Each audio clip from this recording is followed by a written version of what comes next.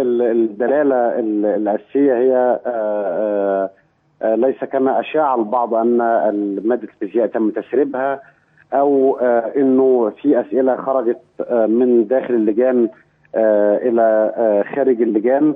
عايز أقول كمان أنه الدلالة الثانية أن الامتحان كان من داخل كتاب الوزارة ولم يخرج بعيدا عن كتاب الوزارة، بدليل أننا أصدرنا بيان سابق بأن بامتحان مادة الكيمياء وأن الفيزياء، وأن هذا البيان تضمن أسئلة الامتحان وبجوار كل سؤال الصفحة في المقابل الصفحة اللي موجود فيها الإجابة في الكتاب المدرسي.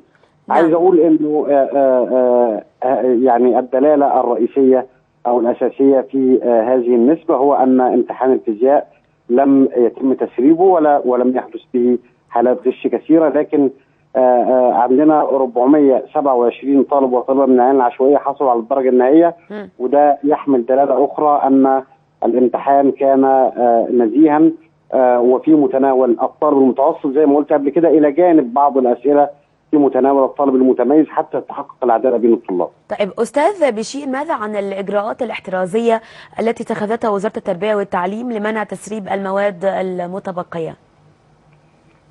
مش تسريب مواد احنا يعني مصطلح تسريب لم يسري إلا على مادة التربية الدينية فقط. نعم. يعني المادة الوحيدة التي تم تسريبها هي مادة التربية الدينية، والذي اكتشف ذلك هي وزارة التربية والتعليم، والذي اتخذ قرار بإعادة الامتحان هو وزير التربية والتعليم. ما عدا ذلك لا يوجد لدينا تسريب، يوجد لدينا